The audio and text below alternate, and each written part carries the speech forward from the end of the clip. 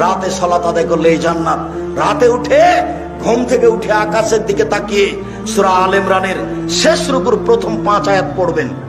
আর যদি না মুখস্থ থাকে তাহলে এই দোয়া পড়বেন, লা ইলাহা ইল্লাল্লাহু ওয়াহদাহু লা শারীকা লাহু লাহুল মুলকু ওয়া লাহুল হামদু ওয়া হুয়া আলা কুল্লি শাইইন কাদির ওয়া সুবহানাল্লাহি ওয়া আলহামদুলিল্লাহি ওয়া লা ইলাহা ইল্লাল্লাহু আল্লাহু আকবার ওয়া লা হাওলা ওয়া লা কুওয়াতা ইল্লা বিল্লাহ রব্বিগফিরলি রব্বিগফিরলি। এখন যা চাইবেন সেটা কবুল হয়ে যাবে। যা চাইবেন সেটা আল্লাহ দিয়ে দিবেন। আরো লম্বা দোয়া আছে, সেটুকু ছেড়ে দিলাম।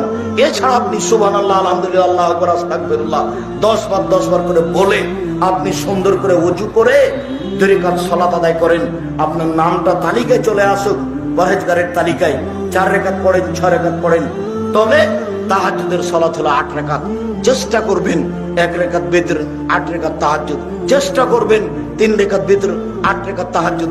চেষ্টা করবেন 5 রাকাত বিতর, 8 রাকাত তাহাজ্জুদ।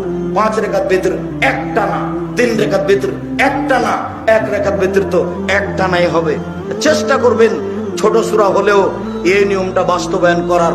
রাসূল সাল্লাল্লাহু আলাইহি ওয়াসাল্লাম বলেছেন, সবচেয়ে উত্তম আমল আল্লাহর নিকটে ওটাই যেটা ধারাবাহিক চলে। আজ থেকে অন্তত 2 রাকাত দিয়ে চালু করা হোক। যত মানুষ এখানে উপস্থিত আছেন, 15-20 বছর থেকে যুবক, তার তোমরা থেকে বলছি, আমার মুরব্বী ভাই বোনেরা আছেন,